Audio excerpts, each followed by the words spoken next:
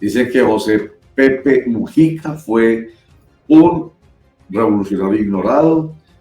O sea, en torno a él hay muchos calificativos, pero no importa cuál de ellos realmente haya llegado a nuestra mente o a nuestro corazón, lo que sí sabemos es que ese señor sí nos inspiró en su forma de ser, en cómo asumió la presidencia de Uruguay y muchas de las cosas que hizo allí, pensando sobre todo sin darle vuelta realmente, sin eufemismos, sin discursos elaborados, algo tan sencillo como es servir. El principio básico de la política, yo creo que José Pepe Mujica lo puso en práctica siempre. Por ese principio, el interés de todos. Para hablar con él, sobre él, que ha muerto después de luchar contra el cáncer, está con nosotros el exgobernador de Antioquia, Luis Pérez Gutiérrez, quien lo tuvo a él, a José Pepe Mujica, como un modelo.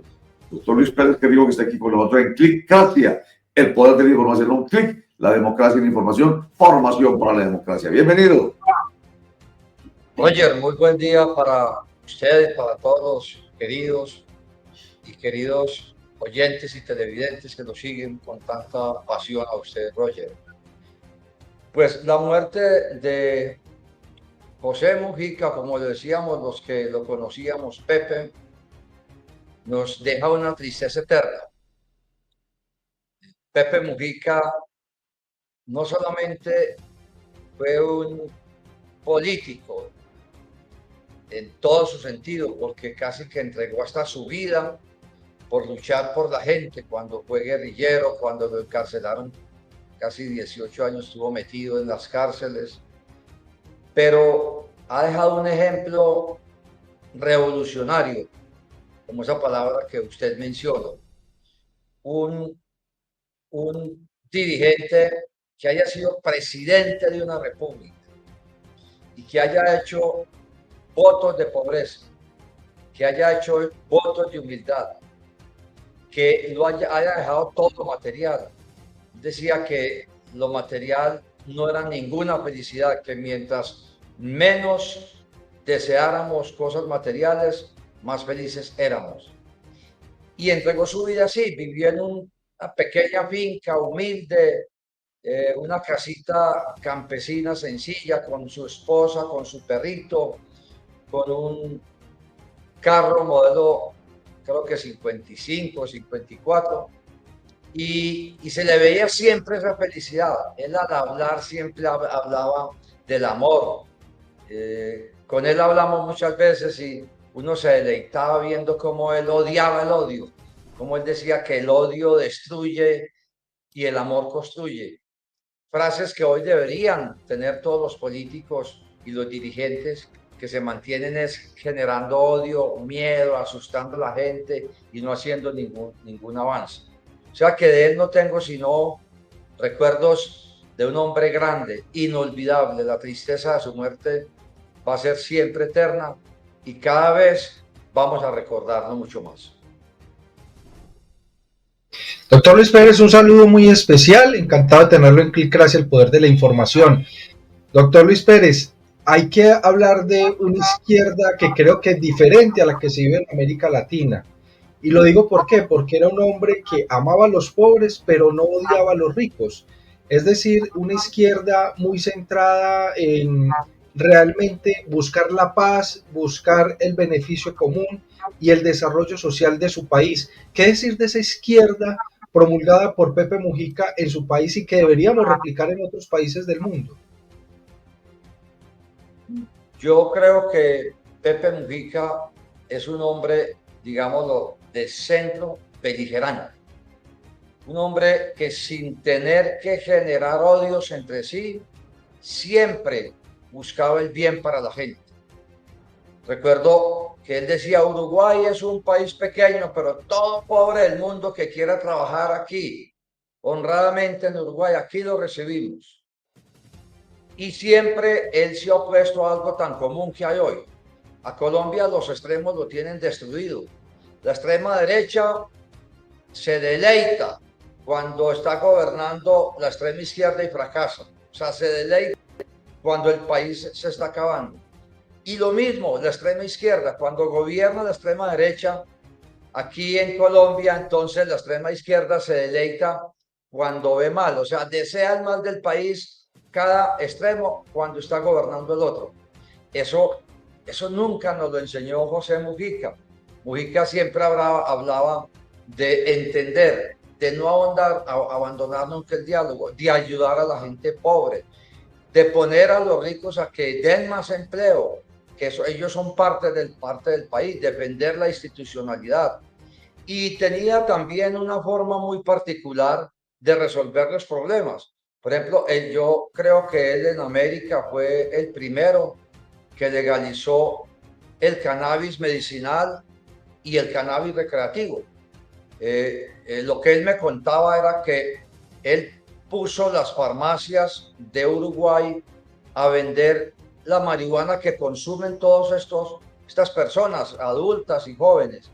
Él parte del punto de vista que toda adicción es peligrosa, toda adicción es indeseable, pero se está manejando una sociedad. Entonces, todas las farmacias en Uruguay empezaron a vender la cuota mínima de marihuana para el que lo comprara y tenía que dejar la cédula ya y le vendían su cuota de marihuana, de cannabis. Pues eso hizo que el país entendiera, primero, que no necesitaban bandas criminales, por ejemplo, como en Colombia, que el comercio está prohibido, entonces hay bandas criminales matando gente. Eso se acabó en Uruguay, de una forma pues muy sencilla. De todas formas, la gente consigue, el que tiene vicios consigue en alguna parte su pedacito, su cachito de cannabis, como dicen, y acabó las bandas criminales porque era el Estado el que la vendía y anotaba quién estaba enfermo, quién consumía, a ver si lo consumía por temas de salud o por temas de adicción. O sea que él tenía una forma muy pragmática de resolver el problema. Creo que también con el tema homosexual, como al Papa Francisco le preguntaron que qué opinaba, dice, hombre, por Dios, el tema homosexual es más viejo que el mundo, no se preocupen, traten de vivir bien. Y así él tenía unas posiciones que le sacan de dentro cualquier odio, cualquier mala fe. Siempre era optimista, siempre hablaba de cosas muy bonitas y ya para respuesta. De las cosas más bonitas que yo hablé con él fue de los campesinos. El hombre tenía unas ideas sobre los campesinos maravillosas. El gobernador Luis Pérez, buen día, cordial saludo. Hay una frase de Pepe Mujica que me llama mucho la atención y que tiene que ver mucho con lo que usted ha dicho aquí. En mi jardín hace décadas que no cultivo el odio porque aprendí una dura lección que me impuso la vida, que el odio termina estupidizando porque nos hace perder la objetividad frente a las cosas. ¿Usted cree que nosotros estamos aquí estupidizando a los ciudadanos con esta polarización en nuestra sociedad? Javier, qué buena frase. En muchas conversaciones que yo tuve con él siempre decía, el odio destruye y el amor construye.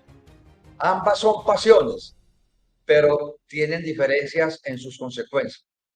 O sea, que él nos está dando un ejemplo hoy para Colombia. Yo quisiera que ustedes le preguntaran a la gente, ¿qué propaga la extrema izquierda? La extrema izquierda propaga odio. Y no le importa si el país se acaba, si pueden acabar con la derecha. Y la extrema derecha propaga odios y miedo. No le importa qué tenga que hacer para acabar con la extrema izquierda. Yo creo que qué bueno que esos extremos que tienen el país encadenado, que tienen el país esclavizado, que tienen el país ensangrentado, qué bueno que hoy escucharan y vieran y reflexionaran sobre ese ejemplo de José Mujica, que como usted lo dice, lo querían la extrema izquierda y la extrema derecha. La gente lloraba cuando escuchaba hablar a José Mujica.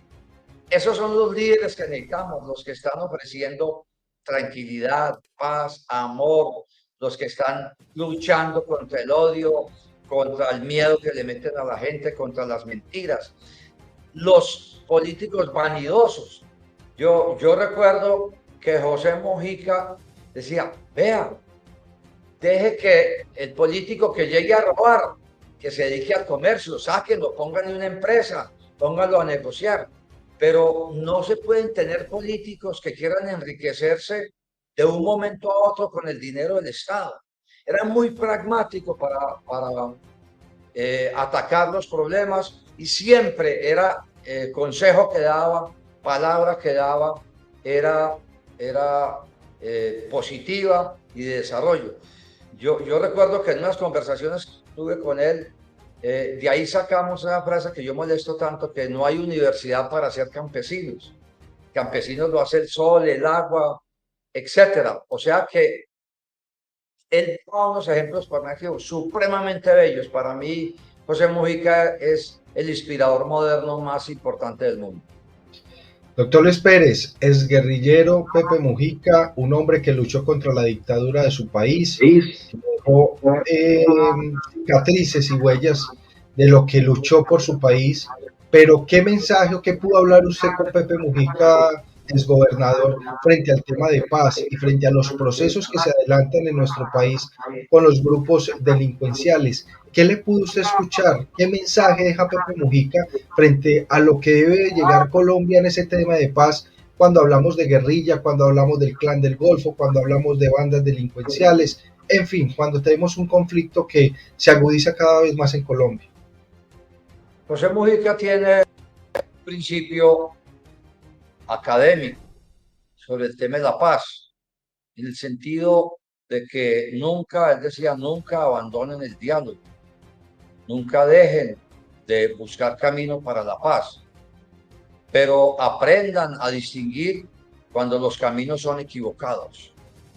Él, a pesar de que siempre dice que tienen que estar abiertas las puertas de la paz, él también dice que hay caminos equivocados de paz que hay que corregir. Yo creo que esas palabras que él decía hay que aplicarlas hoy en Colombia, porque hoy el país está lleno de procesos de paz. Desde el año que yo me acuerdo de Belisario Betancur, después los años 90, Horacio Serpa negociando con el ELN, y vea hoy el ELN cómo tiene el país atrapado en la violencia. Yo recuerdo el proceso de paz con las FARC y vea hoy las famosas disidencias de las FARC tienen atrapado el país. Yo creo que con esas palabras de José Mujica, donde dice que ya hay que ver si el camino de la paz es equivocado y buscar otros.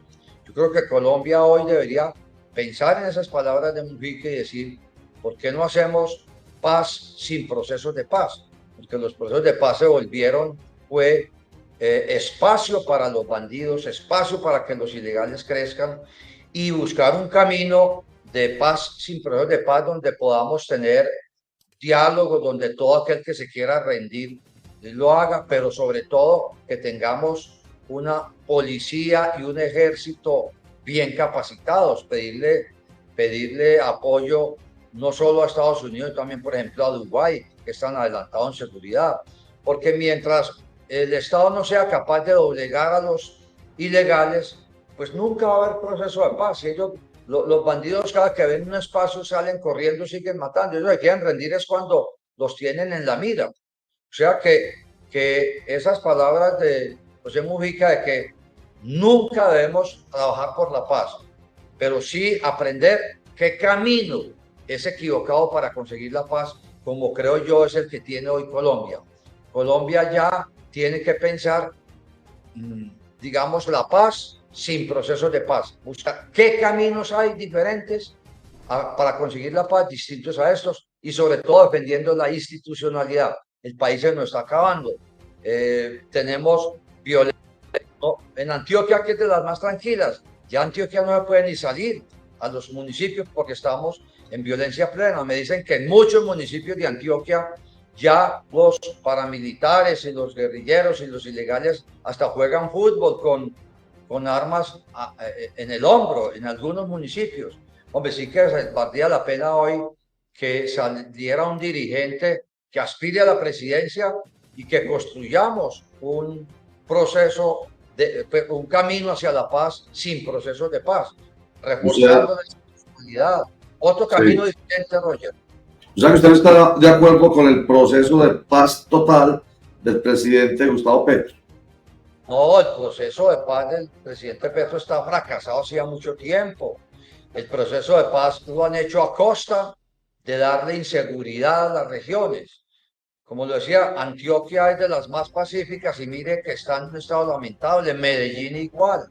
Los asesinatos, la violencia, los secuestros. ¿Qué diremos del Chocó, que tiene menos pie de fuerza y que está más abandonado del Estado? En el Cauca ya no se puede ir. O sea, hoy el proceso de paz total es un fracaso total. Y es una cosa muy curiosa. Aquí a todo el mundo le da miedo decir que el proceso de paz no sirve. Es que uno no está diciendo que la paz no sirve. Busquemos un camino de paz diferente a los procesos de paz que están quemados. Todos están quemados. Aquí ningún colombiano vivo ha tenido paz. De los vivos de hoy, ninguno hemos vivido en paz. Ninguno. Y hemos tenido como 20 procesos de paz. Sí. Ya salgámonos de esa historia. Pongamos, no mandemos la imaginación a ocasiones. Vamos a buscar paz sin procesos de paz. ¿Cómo será esto? Porque queda claro que por la vía militar no es posible que el Estado garantice que los grupos armados al margen de la ley, de toda la existencia en el péndulo ideológico, no solamente de la guerrilla, sino también de paramilitares, y ahora estamos hablando de esas estructuras criminales organizadas de alto impacto. Entonces, queda absolutamente claro que por la vía militar no. Los procesos de paz, pues usted ha mencionado algunos, es que se los tengo en la cabeza porque yo he estado muy cerca de ellos. M19, EPL, Quintilame, PRT, Corriente de Renovación Socialista. Vamos llegando a la época en que decíamos solamente con los grupos de izquierda, no, se genera entonces la ley de justicia y paz durante el gobierno del expresidente Álvaro Uribe Vélez, y entonces paz con los paramilitares, y se sigue pensando que es como que la búsqueda que tenía el hoy presidente de la República para consolidar un proceso de paz total con esos grupos criminales de alto impacto, los que generan la violencia urbana, combos y bandas. Entonces, ahí usted, digamos, nos dice, ninguno de esos procesos ha funcionado porque siempre quedarán residuos, las llamadas disidencias. O sea, nunca hay un proceso completo, 100%, porque siempre habrá disidencias. Esa es la realidad, eso es el objetivo. Pero le cuento una cosa, hablando de la violencia, por ejemplo, urbana, aquí en el Villaburrá, Medellín, Villaburrá. Allá en la cárcel La Paz de Itagüí hay unos voceros de esos combos y esas bandas. Y allá se toman decisiones, como por ejemplo, no se extorsione en 42 barrios de Medellín, Bello e Itagüí, y no se extorsiona. No va a haber ataques, ni muertes, ni confrontaciones durante tal día, el Día de la Madre, por ejemplo. Entonces, lo que le quiero decir es que, en todo caso, atender la voluntad de la mentalidad criminal es también muy importante, porque por la vía militar es absolutamente imposible. Nosotros tenemos que crear en Colombia una cultura de la legalidad. Eso parte de la educación. Aquí la gente vive en la cultura de la ilegalidad. Aquí, este es un país de carteles. O sea, aquí hay carteles para todo. Hay carteles legales y hay carteles ilegales. Y cada uno jala por su lado. O sea, que hay que construir una institucionalidad. Pero usted a veces tacha de débil la intervención militar. Yo no conozco ningún país del mundo, Roger, que no pueda que sea bueno, sea pacífico y que no tenga unas fuerzas de seguridad del Estado bien preparadas. Yo no recuerdo nunca, desde que he tenido alguna participación en la vida pues pública y académica, yo no recuerdo nunca que ningún presidente de la República haya modernizado su fuerza pública, que haya venido alguna misión o de Estados Unidos o de Dubái o de algún país que esté avanzado a capacitar la policía y el ejército. Todo es guerras, comprar aviones, echar bala, pero es que uno tiene que capacitar a la policía y su ejército para evitar que digan que son corruptos, para evitar que sean ante los ilegales. O sea, es que el tema no es de armas solamente, el tema es de institucionalidad. Todas las encuestas que hay en América Latina dicen que el problema más grave de nuestra seguridad, de nuestra policía, de nuestro ejército es el tema de la corrupción. Igual que como dicen algunos políticos que tienen en la cárcel, que han estado robando. Es que uno no puede hacer una defensa de la institucionalidad con unas fuerzas de seguridad que se dejen comprar por los bandidos o que estén pidiendo plata o que estén haciendo actividades al margen de la ley. O sea, tenemos que tener unas fuerzas de seguridad del Estado que estén convencidas de la cultura de legalidad. Si no preparamos a la policía, si no preparamos al ejército, aquí traen un policía que trabajaba en el Cauca y se lo llevan a trabajar a Jericó sin capacitarlo.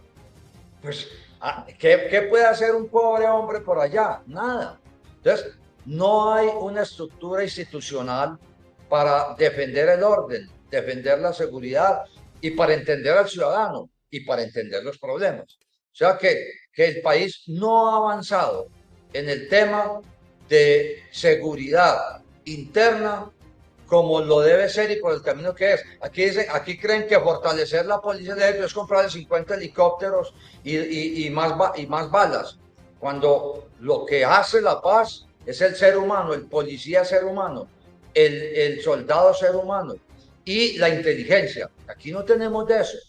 Por eso es que el que se dedique a ser un bandido aquí puede sobrevivir tan fácilmente y ser tan próspero. Exgobernador, ¿cuál sería entonces, a su juicio, un proceso de conseguir la paz sin un proceso de paz? Mire, con la paz pasa lo mismo que con la salud. Todas las propuestas de salud de este gobierno han fracasado. Y fracasó las propuestas de salud del gobierno anterior.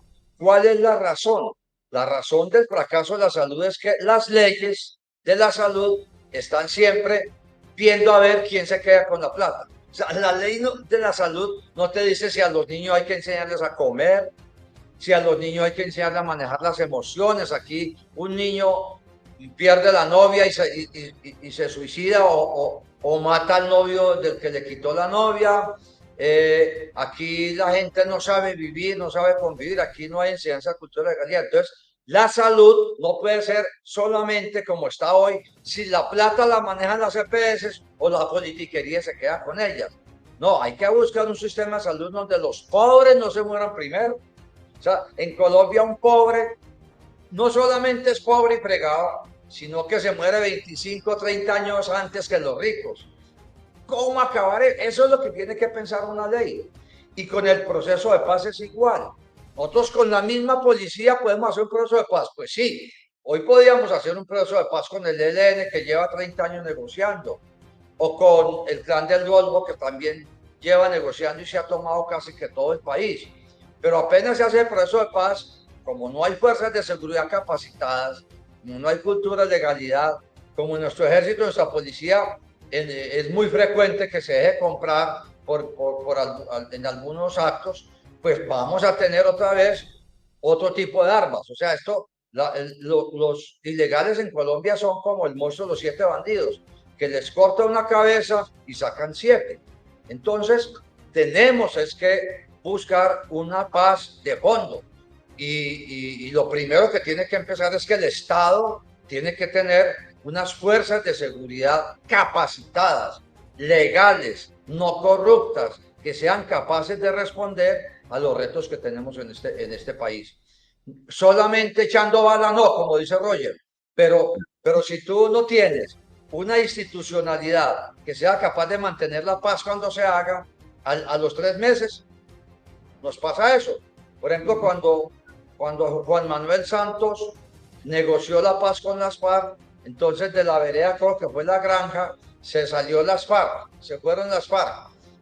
Y el pueblo empezó a protestar, se fue para el parque principal a protestar, porque la única que manejaba el orden público, los borrachos, castigaban a los que le pegaban a las mujeres, eran las FARC. Entonces se fueron y eso quedó vuelto un desastre porque no hay presencia del Estado en esos territorios. Entonces fíjese que ese tema de la paz no es solamente negociar con unos ilegales, como ha pasado en Colombia, porque a los 8 días tenemos otros ilegales con los territorios que los anteriores abandonaron. Es un tema mucho más complejo, más pensado, y aquí simplemente es ¿qué nombre le ponemos al proceso de paz del próximo gobierno? Eso es lo que hacen un concurso. Eso es una estupidez. Acabemos eso. Y pensemos. Dice por aquí, Jimmy dice, el peor enemigo de un pobre es otro pobre que se cree rico y defiende a quien los hace pobres a ambos. Una expresión, una frase de José Pepe Mujica, 1935-2025, ex guerrillero y presidente de Izquierda Uruguayo. Muchísimas gracias, Jimmy, por su participación. Bueno, oye, un minuto que le quería decir, que es bueno decirlo. Aquí, digamos, las Naciones Unidas, y yo creo que el presidente Petro, que alguna vez tuve yo un debate con él por la revista Semana, decían que se necesitaba la seguridad humana, que porque había pues mucho pobre y que porque entonces la violencia nacía de los problemas económicos. Pues yo les quiero decir que vamos a censar cuáles son los bandidos más grandes de este país, los que hacen la guerra, los que hacen la violencia, y son los que más dinero tienen. No me van a decir ustedes a mí que el ELN, que tiene esos nexos con el narcotráfico y que son famosos con la minería, no está lleno de dinero. No me digan a mí que el clan del Golfo son los pobres de este país. No me digan que las disidentes de la paz son los pobres de este país. Es que la violencia no la están haciendo los pobres. La violencia la están haciendo esos ricos que están al margen de la ley. Muy bien. Vamos a Pepe Mujica y gracias a Jimmy que participa dándonos esa frase muy, digamos, precisa de lo que era mejor. Ahí está otra vez. Gracias, José. Dice Jimmy, el peor enemigo de un pobre es otro pobre que se cree rico y defiende a quien los hace pobres a ambos. Comentario sobre este que además fue su modelo, como el Papa Francisco lo fue, como lo fue Gandhi, modelos de gobierno. Oye, Doctor Luis Gutiérrez. Aquí, Roger, a los pobres los ponen a pelear y a matar y no saben a quién matan ni por quién mueren. Sí, señor. Bueno, vamos a poner imagen aquí. Hay un problemita ahí de audio, pero bueno. Veamos, José, este momentico en el que hay reconocimiento en la gobernación de Luis Pérez Gutiérrez a José Pepe Mujica para cerrar la conversación a propósito de la muerte de este émulo, no solamente para el exgobernador, sino para muchos gobernantes. Ojalá fuera verdaderamente un émulo, un modelo de todos. José.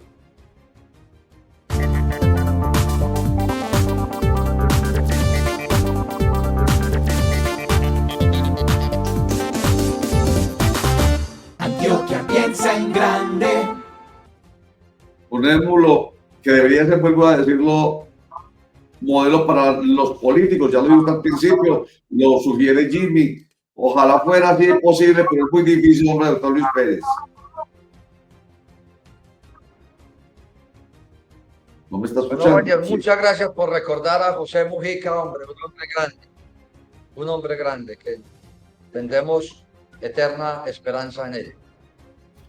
Esperemos que sea, vuelvo a decir, importante para muchas personas que estén metidas en la cabeza como si fuera parte de su conciencia. Bueno, nos encanta haber estado con usted hoy y no solamente pues hablamos de un tema específico que era el de hacer un homenaje a José Pepe Mujica, sino que nos ha dado usted nuevos elementos sobre el tema de la paz. Nos ayuda a construir a nosotros mismos aquí en Clickracia la información y la formación necesarias para que podamos dar una información más amplia sobre temas como este, el de la paz. Nos vamos con nuevos elementos. Doctor Luis Pérez Gutiérrez, muchas gracias. Oye, gracias a ti. Vamos a buscar cómo hacer la paz sin procesos de paz. Bueno, señor, muy amable.